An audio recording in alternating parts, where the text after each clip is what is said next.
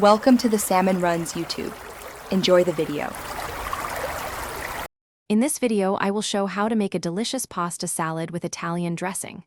First, select a short pasta shape, like rotini or pen, which holds dressing well. Cook about 16 ounces of pasta according to package directions until it's perfectly al dente, usually around 8 to 10 minutes. Immediately rinse the cooked pasta with cold water to halt the cooking process and prevent it from sticking together.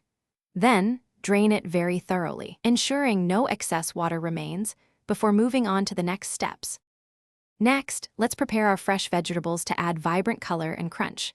Choose crisp, colorful options like red bell peppers, English cucumbers, and sweet cherry tomatoes. Dice these vegetables into uniform, bite-sized pieces so they mix well with the pasta. You might also want to include some thinly sliced red onion for a little zing, or a handful of black olives for a briny note. Always ensure all your produce is thoroughly washed and dried before chopping. Now it's time to bring everything together with the star of the show, Italian dressing. You can use your favorite store-bought brand or whip up a homemade version. For about 16 ounces of cooked pasta, start with approximately 1 cup of dressing. Combine the drained pasta and all your prepared vegetables in a large bowl. Gently toss everything together until every piece is coated.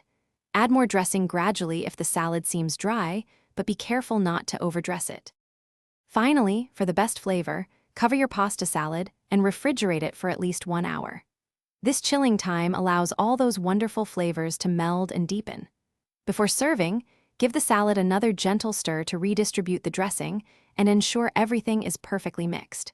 You can garnish it with some fresh chopped parsley or a sprinkle of grated Parmesan cheese for an extra touch. This delightful pasta salad is ideal for picnics, potlucks, or a refreshing side dish. Thanks for watching.